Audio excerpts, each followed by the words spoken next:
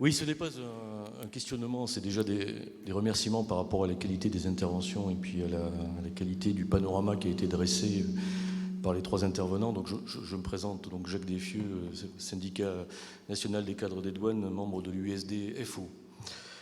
Simplement, par rapport à l'impératif de contrôle qui a été affirmé par les trois intervenants, je voudrais quand même ramener quelques éléments officiels qui sont fournis par la Direction générale des douanes. Il faut savoir qu'un de nos indicateurs dans le rapport annuel de performance, c'est le temps moyen de passage en douane. En quelques années, ce temps moyen de passage en douane, donc le temps d'immobilisation douanière, entre guillemets, est passé de 13 minutes en 2004 à 4 minutes 46 secondes. Je vous laisse imaginer ce que ça signifie donc sur la capacité des douaniers à exercer des contrôles physiques. Donc déjà, premier élément. Et puis si on était un peu grave, on dirait que si nous tombons à 30 secondes, nous aurons encore amélioré nos performances avec, là pour le coup, une véritable incapacité à répondre aux attentes des opérateurs qui ont été donc précisés par M. Clément Grandcourt. Ça, c'est un premier élément. Deuxième élément, si vous lisez le rapport annuel de performance, qui est un document officiel, vous pourrez faire comme la constatation suivante, c'est qu'il n'y a jamais d'indication sur le taux de contrôle physique. Vous avez des indications en nombre de contrôles, mais jamais sur le taux de contrôle physique. Et puis, comme il a été souligné par les intervenants, tout dépend de ce qu'on appelle un contrôle physique. Bien, ceci étant dit, sur les contrôles qui sont réalisés, sur un des aspects importants, la protection de la santé et la sécurité des citoyens. Alors que je viens de dire que nos capacités de contrôle sont faibles, alors que je viens de dire que les taux de contrôle sont faibles. Toutefois, d'après la propre documentation de notre direction, elle indique, en matière de, je répète, contrôle relatif à la protection de la santé et la sécurité des citoyens. En 2012, 34% de produits non conformes ont été découverts. En 2011, nous étions à 22%. Donc, je veux même dire qu'à l'intérieur de contrôles qui sont de plus en plus faibles en pourcentage, on arrive à faire des constatations d'une aggravation de la situation de non-conformité. Donc voilà la situation. Et puis, juste pour ne pas être trop long, je dirais que tout est dit lorsqu'on considère, au sein de la modernisation de l'action publique, que les missions douanières sont non prioritaires. Et ça a été dit par Aubry Merriot, c'est-à-dire qu'en clair, on ne se pose pas la question, je dirais, de l'importance des contrôles. On considère que les réductions d'effectifs en douane permettent de financer des créations d'emplois dans d'autres secteurs prioritaires. Je ne vais pas les citer, mais ils sont assez connus. Donc, ils considèrent 2 ministères. Voilà ce que j'ai à dire. Après, pour aller plus loin, vous savez, sur les effectifs douaniers, si vous analysez la documentation officielle, on va vous dire qu'il y a 8000 agents en surveillance sur les contrôles à la circulation. Bon, vous savez, 8000 agents en surveillance.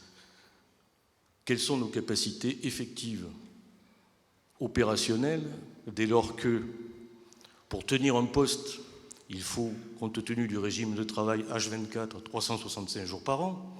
Pour occuper un poste en surveillance terrestre, il faut 4,5 agents.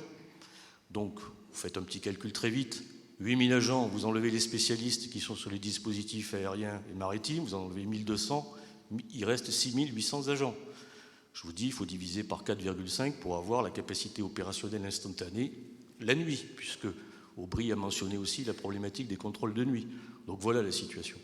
Même les chiffres qui sont fournis traduisent une situation qui est catastrophique. Est-ce que...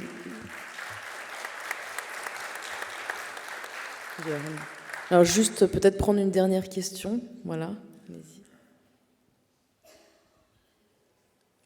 C'est la personne avec le micro rouge, si on peut allumer le micro rouge.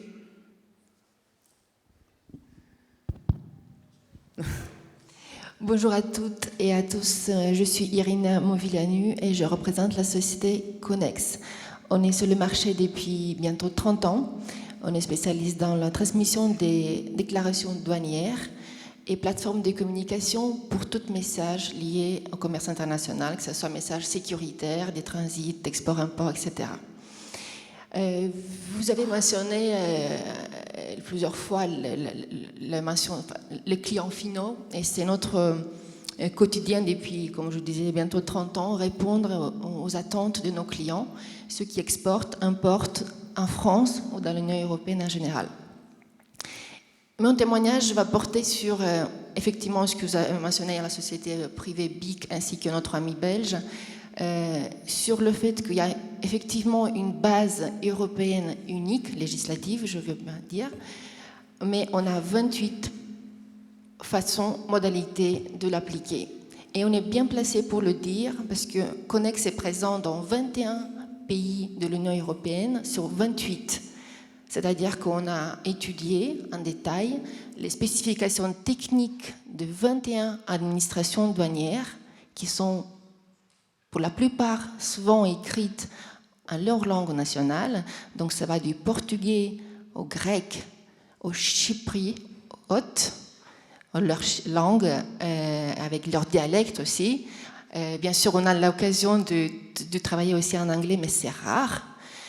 Ensuite, on a les modalités de messages qui sont différentes d'une administration à l'autre, même si, je répète, il y a une base législative commune qui est votée à Bruxelles, qui est proposée par la Commission, et donc on est censé tous les États membres de les appliquer de la même manière, sauf que les différences sont là et on les constate tous les jours.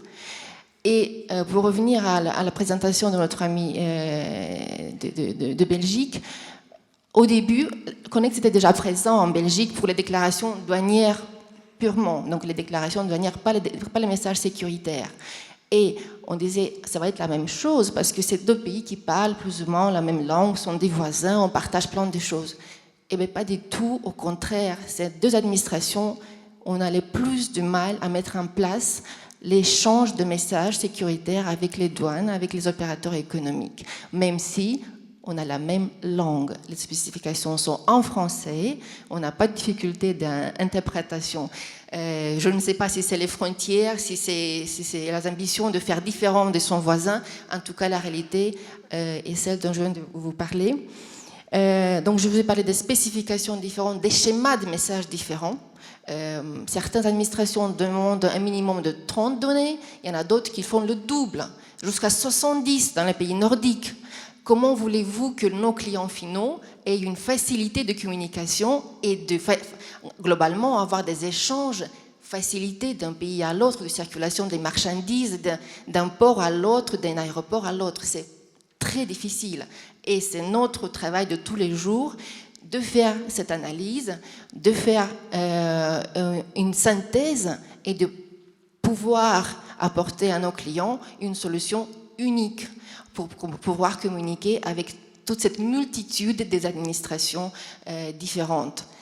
Je voudrais ajouter juste qu'il y a peut-être une raison. Il ne faut pas non plus dire que tout le monde est coupable, il n'y a rien qui se fait, il y a le Bruxelles et puis il y a chacun à son côté qui essaie d'appliquer plus ou moins correctement ce qui était demandé du point de vue légal. Il y a une raison, c'est qu'avant la tombée des frontières de l'Union européenne, chaque État avait déjà une administration. On est tous conscients de ce fait. Il y a un historique, il y a une antériorité. Bien sûr, ça prend du temps de faire le changement. Bien sûr que Bruxelles, c'est à Bruxelles, et puis chacun a ses traditions. On ne peut pas passer au-dessus de ce qui a été construit pendant des décennies. Maintenant, ce qui est vrai, c'est que je pense, et je suis à Bruxelles souvent, je représente les intérêts de notre compagnie et de nos clients, c'est que l'information reste souvent non partagée et non communiquée. Et ceux qui sont à Bruxelles ne savent pas ce que nous, on a dans notre quotidien, et inversement, ceux qui sont aux frontières, les douaniers qui font les contrôles, ce 0,001% tous les par an, ils n'en savent rien de ce que se décide parce qu'on ne les transmet pas. Quels seront les changements d'ici là? Pourquoi il y a des changements? Pourquoi on coupe des postes? Pourquoi? Parce qu'il y a une évolution naturelle vers les technologies de l'information qui sont là pour aider et aucunement pour remplacer les personnes qui sont là pour protéger les intérêts de nos États, de nos citoyens. Et donc, une petite conclusion, effectivement, je confirme par notre activité, comme je dis, de tous les jours, ces différences dans 28 États membres, mais puisqu'on est à l'international aussi, rassurez-vous, ces différences sont pareilles dans d'autres coins du monde, que ce soit aux États-Unis, que ce soit au Japon, que ce soit dans les pays de l'Est. Chaque région essaie de protéger au mieux possible leurs intérêts. Et l'Europe essaie de faire pareil, sauf qu'on a 28 États et ça ne sera jamais un seul.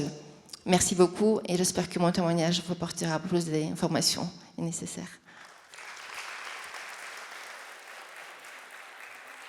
Alors là, ce sera vraiment la dernière intervention. Monsieur, allez-y. Je suis désolée pour le monsieur du dessus qui vient récupérer un micro, mais a priori, on passera à la table ronde suivante.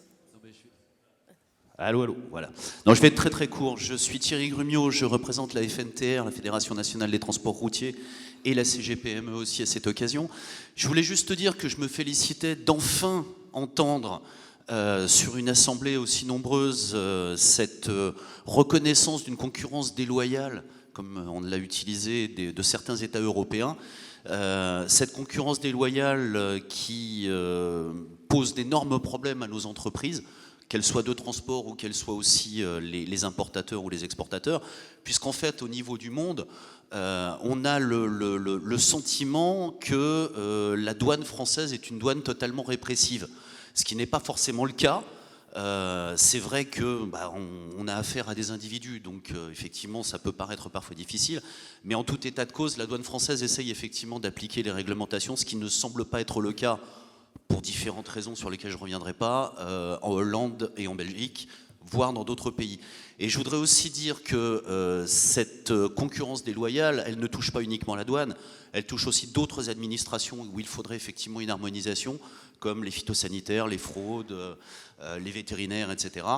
Et j'espère que le code des douanes européen qui doit se mettre en place, si mes informations sont bonnes, au 1er novembre, je pense que ce sera plutôt plus tard, pourra effectivement apporter un certain nombre de solutions et remédier en tout cas à un certain nombre de solutions. Voilà, je vous remercie.